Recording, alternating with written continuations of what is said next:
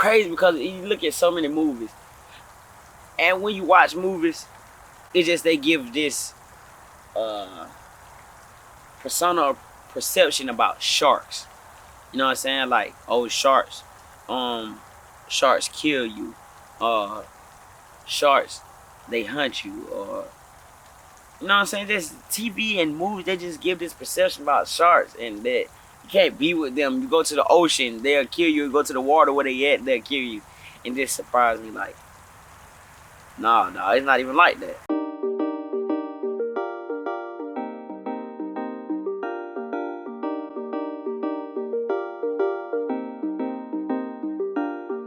Really, when we watch movies and sharks eating all these people. Think about the music, don't, all the shark stuff. Somebody getting ate. So dangerous, gonna bite me up when I see them. They think about Jaws. When they go in the water, but it's not even like that. Like, they not even on the sea level to even bother us. So I was asked, how did we come up with the concept for shark therapy?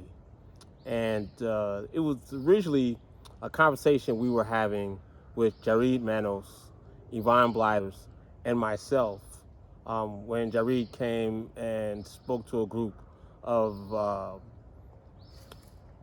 youth that we were working with an organization called Keeping It Wild. And at the time, he was working on restoration, not incarceration, out of Texas, I believe. And they were doing restoration work on the prairie. And he was always intending to expand that work to the coast. Sharks are so misunderstood, so maligned, so stereotyped, seen as a danger, just like a lot of people. And so the theme of it is like, it's not just formerly incarcerated, but it is for people who have suffered or struggled in some way to get out in the water and have some, and not just only swim with them. It's calming, peaceful, very tuning of all your senses, and also little jolts of adrenaline, and meeting them in person on their terms, no cages. You learn to break through these stereotypes and fears that people have, and then utilize that experience to help protect sharks. One of the main goals of the trip was to talk about the ecological system and our impacts as humans on animals and plants, and also in particular the water system. So talk about how we impact the water system and how it goes down into other creeks, rivers, and streams that people are dependent on. Not only people, but animal and ecological systems. Talk about the trash in our neighborhoods and how that gets into the water stream.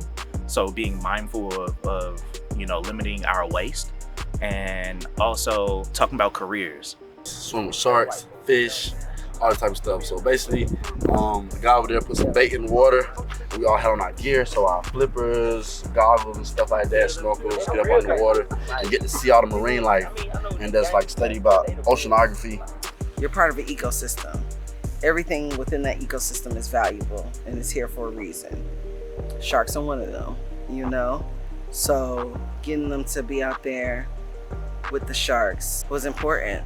Knowing that we are taught to fear certain things that really don't present any danger to us was important. Also knowing that you're in other people's territory, come with peace, was important. And just seeing them out there, just really taking to it.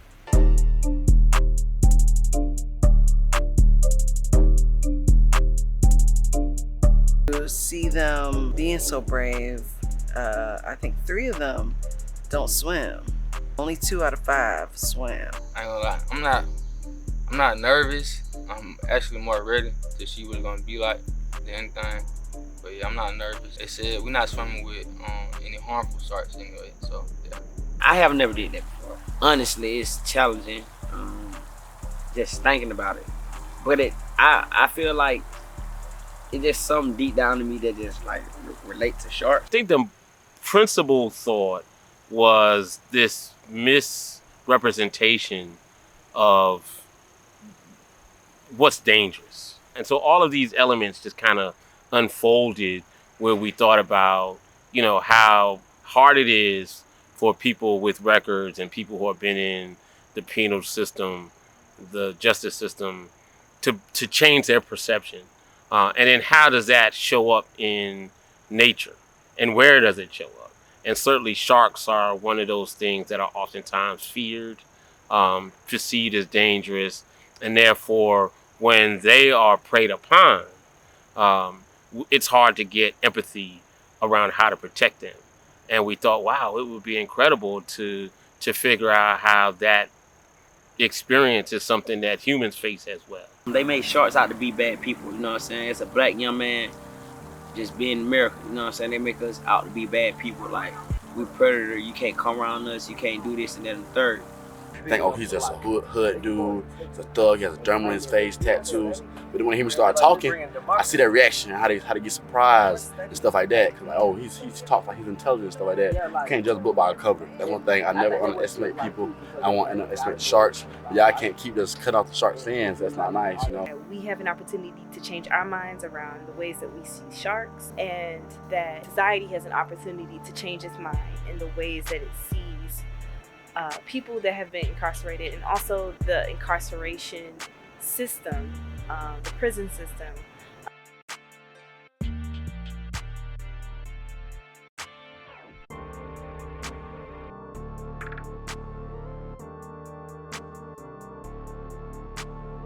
You know, we are the watershed, you know, and everything in the watershed, you know, is part of this closed loop system. And so you can't remove any piece of it without some kind of negative, potentially negative impact. And so I think that when we start to find ways that we are overfishing or harming keystone species in a way that creates a daisy chain of events, we can't even really speculate on what the outcomes will look like. So we need to figure out how to protect these species, all of us, but certainly keystone species in some way, because habitats are dependent on them. What happens in the shark fin trade is sharks are caught and their fins are sliced off, and the animal is left to die, drown or bleed to death slowly at the bottom. Falls down, he or she falls down, and it's just cartilage, and it's sold illegally and legally. That affects the water and life in the water, because sharks eat certain things. They keep down the populations of big schools of fish. They eat certain things, so to keep all like balance. So when y'all messing up, just killing the shark for the fins, you're messing up the balance of the ocean. So when we go shark addicts, you might not see no sharks sometimes because y'all killing all the sharks, stuff like that. Then eating for food, that's not good because you need to reproduce. So they're not reproducing how they should. Like he said, 73 million sharks, that's a lot of sharks just to eat. So that's, imagine that some sharks do not get born, that's not reproducing. So we're not trying to have the sharks get extinct or anything like that. We're trying to keep all the wildlife in the water intact. We are working to help to move a bill that will ban the trade of shark fins and allowing the youth to utilize legislation to make changes on behalf of sharks. They could also think around how they could also use legislation to make changes around prison systems. Senate Bill 877 would end that sale and trade of shark fins in the United States. We wanted to give them a lot of background on ecological terminology about the Atlanta watershed and how water trickles from the mountains of Georgia straight through Atlanta, from Atlanta down to the Florida Gulf Coast, and then also through the Georgia coast. We wanted to show them how those watersheds impact everybody below, how the city impacts other states, as well as how we can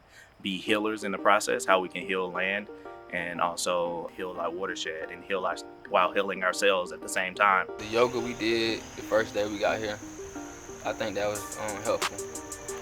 Like, it started our week off on a good, positive note. It's been transformative for me and like the program. I mean, cause like most people know, I'm really like chill, kind of like quiet, but at the same time, I am like a leader.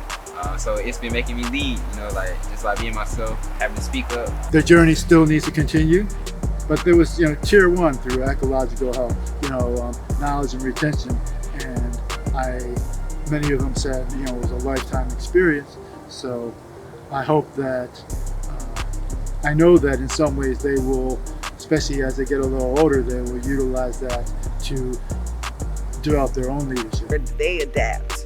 These young folks adapt to whatever challenge is presented to them. Y'all look out for us, cause we really about to take over. Cause like now that we getting all our, like all our insecurities out of the way, we getting like all our struggles and healing like our past for real. So like a lot of that can be traumatic and tumultuous, but that's why I'm here and that's why we are here to really make it through that.